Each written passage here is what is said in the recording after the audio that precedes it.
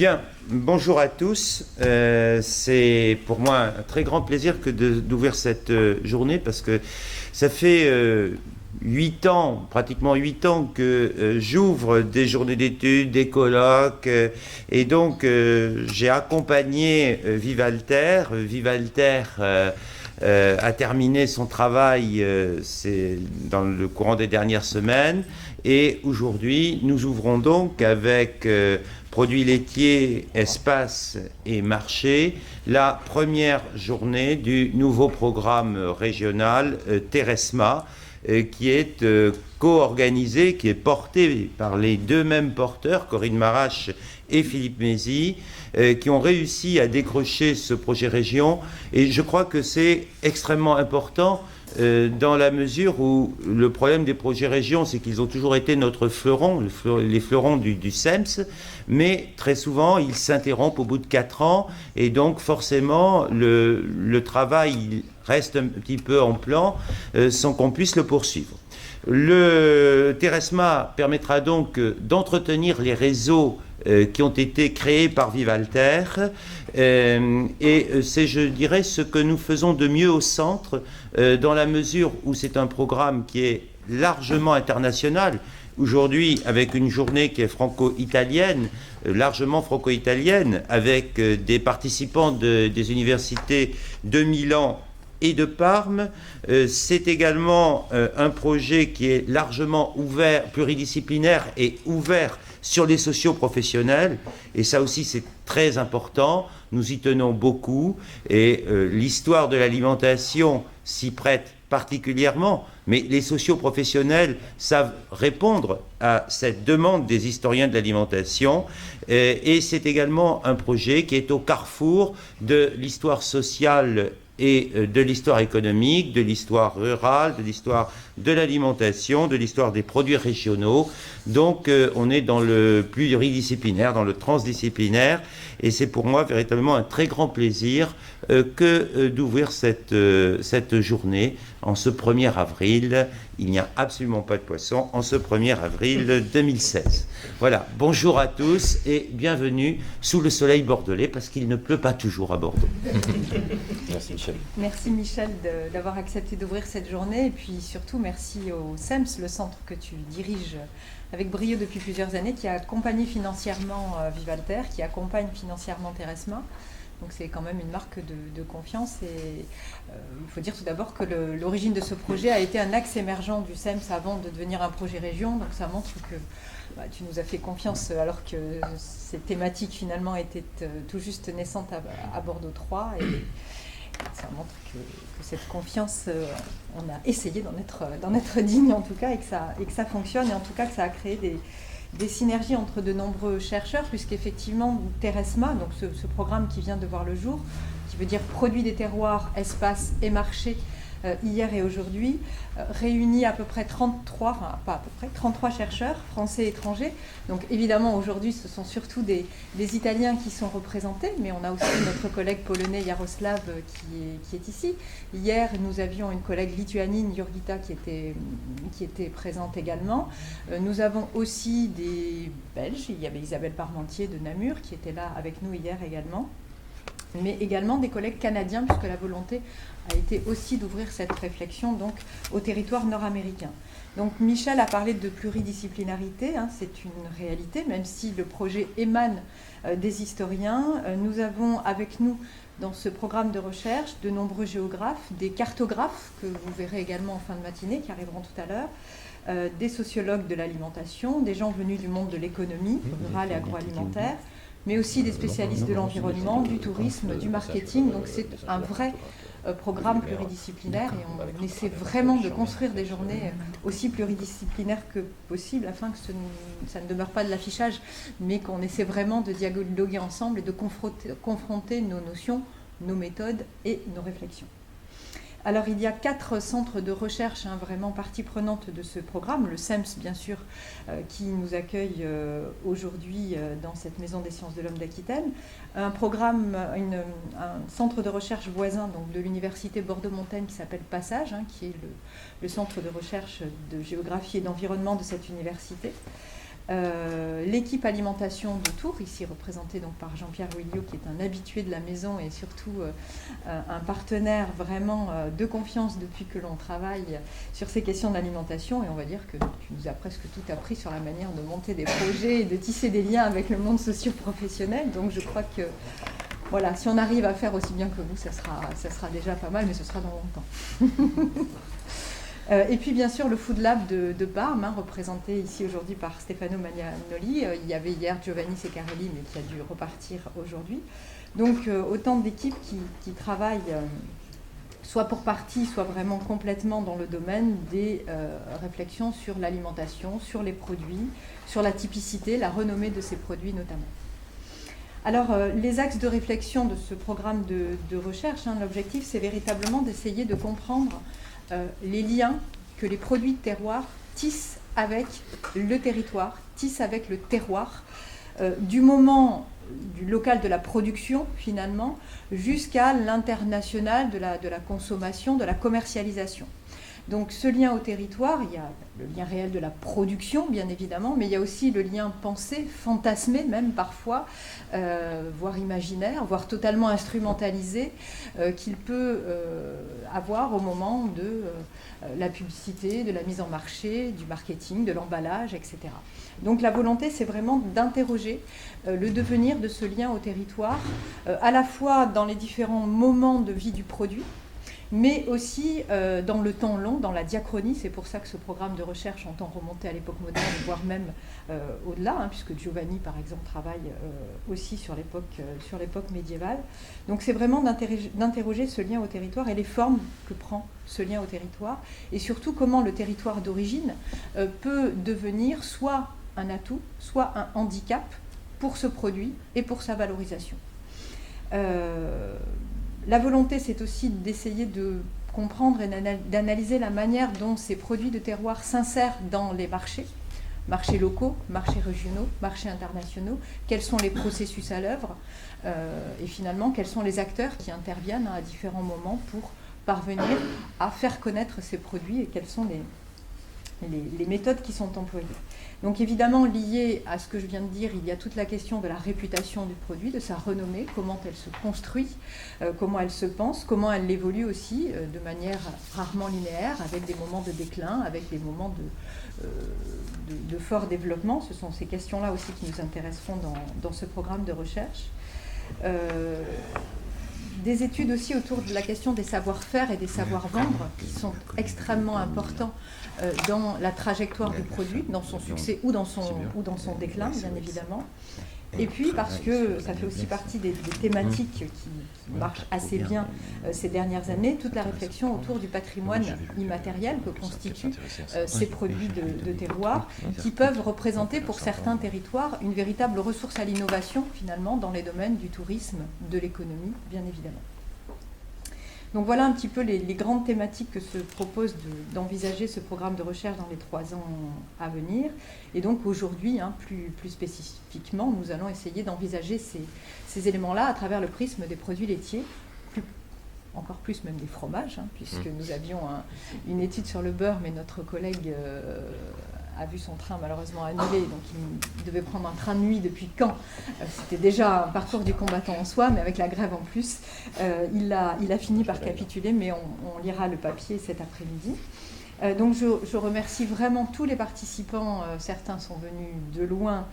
dans des conditions pas évidentes hier, donc merci à vous tous, et aussi merci aux professionnels qui nous accompagneront aujourd'hui, puisque c'est une volonté de la région Aquitaine dans ces financements de programmes recherche, que de voir ces programmes recherche vraiment s'insérer, se lier, se rendre aussi utile que faire se peut au monde socio-économique. Et donc nous avons commencé à tisser des relations dans le programme Vivalter, nous les poursuivons dans ce programme Teresma, et nous avons vraiment une volonté de travailler, d'échanger avec les gens du monde socio-économique. Donc nous aurons aujourd'hui des représentants du Parmigiano Reggiano, du jambon de Parme également, mais aussi de l'INAO, mais aussi de l'APRA, Association Aquitaine de promotion des produits agroalimentaires, et j'en passe. Vous avez la liste de ces participants sur le programme. Donc nous souhaitons véritablement remercier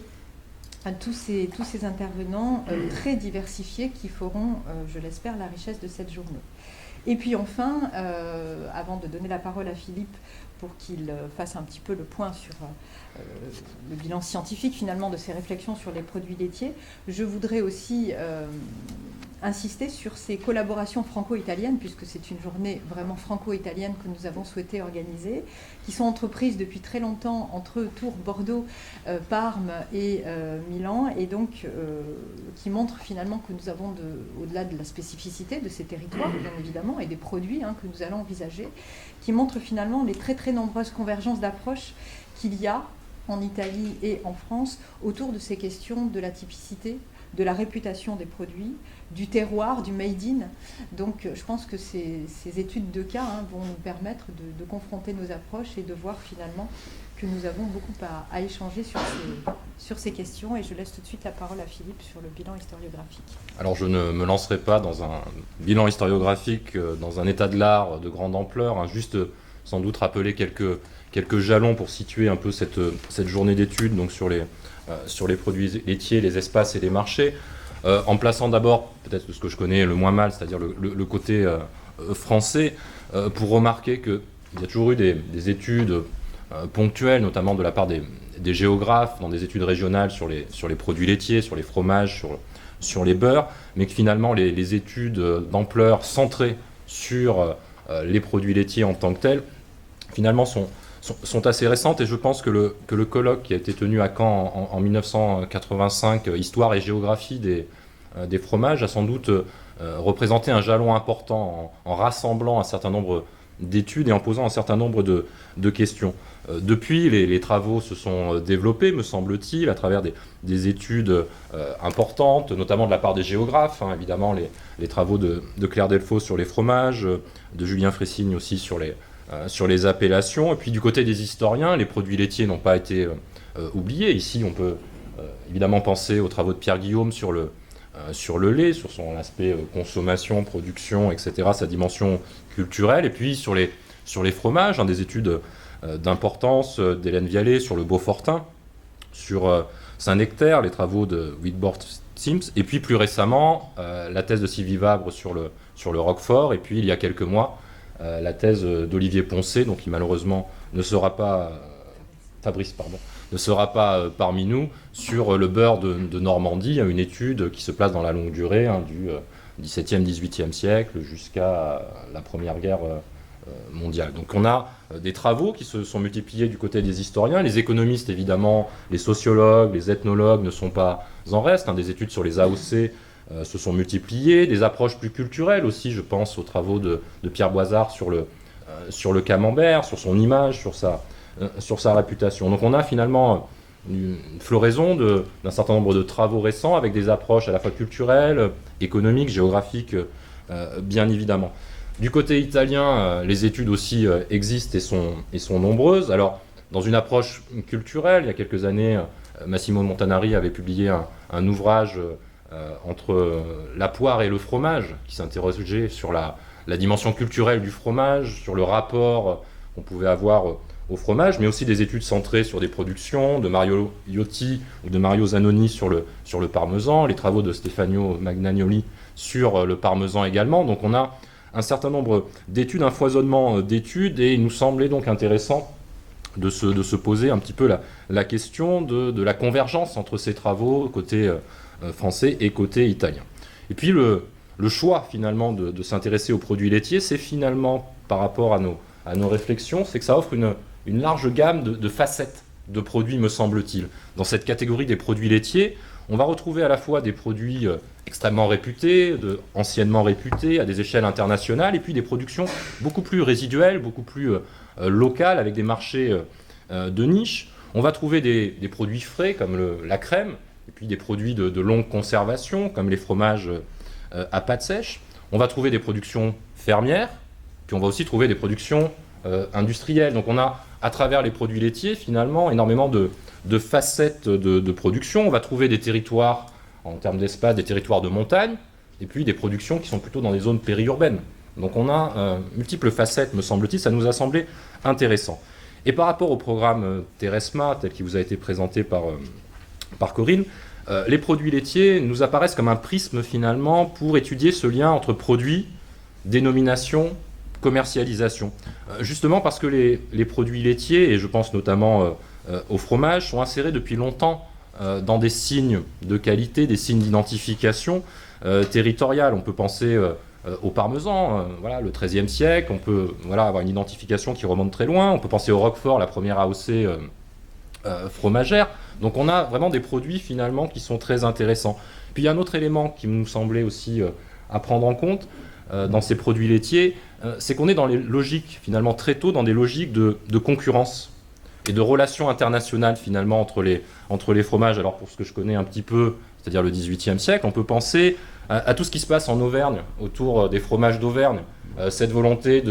d'essayer de concurrencer l'importation de fromages de Hollande, et on va faire appel à des fromagers suisses pour essayer de transférer des techniques de production.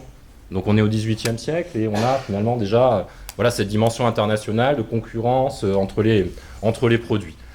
Donc ça, c'était je dirais, cet état de l'art nous a conduit à mettre en place cette journée. Puis le deuxième aspect, évidemment, nous sommes dans un programme soutenu par la région Aquitaine, et on a ici, avec la production fromagère, finalement, les productions laitières en général, dans la nouvelle Aquitaine, qui englobe d'autres régions, notamment Poitou-Charentes, finalement une place importante de ce secteur économique. C'est la même chose, on peut parler de la Touraine, puisque on a des représentants de l'EA. En Lombardie et en Émilie-Romagne, ce sont des secteurs économiques intéressants où on va retrouver beaucoup de productions sous dénomination d'origine, le Gorgonzola, le Parmigiano Reggiano, le Grana Panado, l'Osso Irati, le Chabichou, les beurres charentais, le Sainte-Maure de Touraine, dont certains ici font partie de la confédération, enfin de la défense du Sainte-Maure de Touraine. Donc on a des produits très clairement identifiés, c'est assez intéressant. Puis on a aussi des produits laitiers qui sont moins connus, qui ont été connus pour certains et qui peuvent aujourd'hui chercher justement une forme de reconnaissance, à se relancer. Je pense notamment au fromage de Cubjac en Périgord, très connu au XVIIIe siècle. Donc c'est une petite ville en Périgord, production qui avait quasiment disparu, non identifiée, je dirais, et qui on cherche à relancer aujourd'hui. Donc on a des cas de figure très intéressants, et en fin de matinée, on vous proposera vers 11h ou 11h30 une séance avec nos collègues cartographes pour essayer de vous présenter dans une approche spatiale finalement, à l'échelle de la grande Aquitaine, finalement ces productions laitières et leur évolution dans le temps à travers une ou deux cartes qui représenteront ces transformations. Donc on a des territoires, je dirais, qui sont propices à ce genre de réflexion, et ça nous a donc semblé logique de mettre en œuvre une journée d'études sur ce type de production. Donc les objectifs concrets de cette journée, vous avez bien vu sur le programme qu'il s'agit de nombreuses études de cas qui nous permettront finalement de voir les approches menées dans les deux pays sur ces produits laitiers. Le but, ça va être quand même d'essayer, grâce à ces études de cas, de dégager des réflexions communes quand même sur cette question essentielle du rôle économique de la valorisation de l'origine, parce que c'est bien la thématique centrale des différentes interventions de cette journée, mais aussi sur l'impact économique de la dénomination au moment de la commercialisation. C'est-à-dire que c'est un enjeu extrêmement important que cette identification au territoire qui devient finalement objet de valorisation, valeur ajoutée au moment de la mise en marché. Donc cette question du lien au territoire est essentielle dans le moment commercial du produit. L'objectif, c'est aussi, vous l'avez compris, j'y reviens encore une fois, de faire se rencontrer non seulement, bien sûr, les scientifiques qui travaillent sur ces questions-là, mais aussi les acteurs institutionnels, professionnels de ces filières. Et plus précisément, c'est la volonté qu'on a eue dans les personnes que nous avons fait venir cet après-midi pour la table ronde, notamment ceux en charge donc, de ces questions d'identification et de promotion de ces produits pour vraiment faire le lien entre les travaux des chercheurs qui interviennent aujourd'hui et ces acteurs-là. Donc, ce choix d'avoir mêlé à la fois intervention scientifique et discussion d'acteurs institutionnels, c'est vraiment la volonté d'inscrire nos réflexions scientifiques dans des enjeux actuels, économiques, essentiels pour les régions donc, de Lombardie, d'Émilie-Romagne et d'Aquitaine. Donc je crois que c'est aussi un retour que l'on doit bien à la région qui finance la recherche. Donc l'objectif, c'est aussi que nos travaux puissent s'insérer dans une réflexion économique plus globale.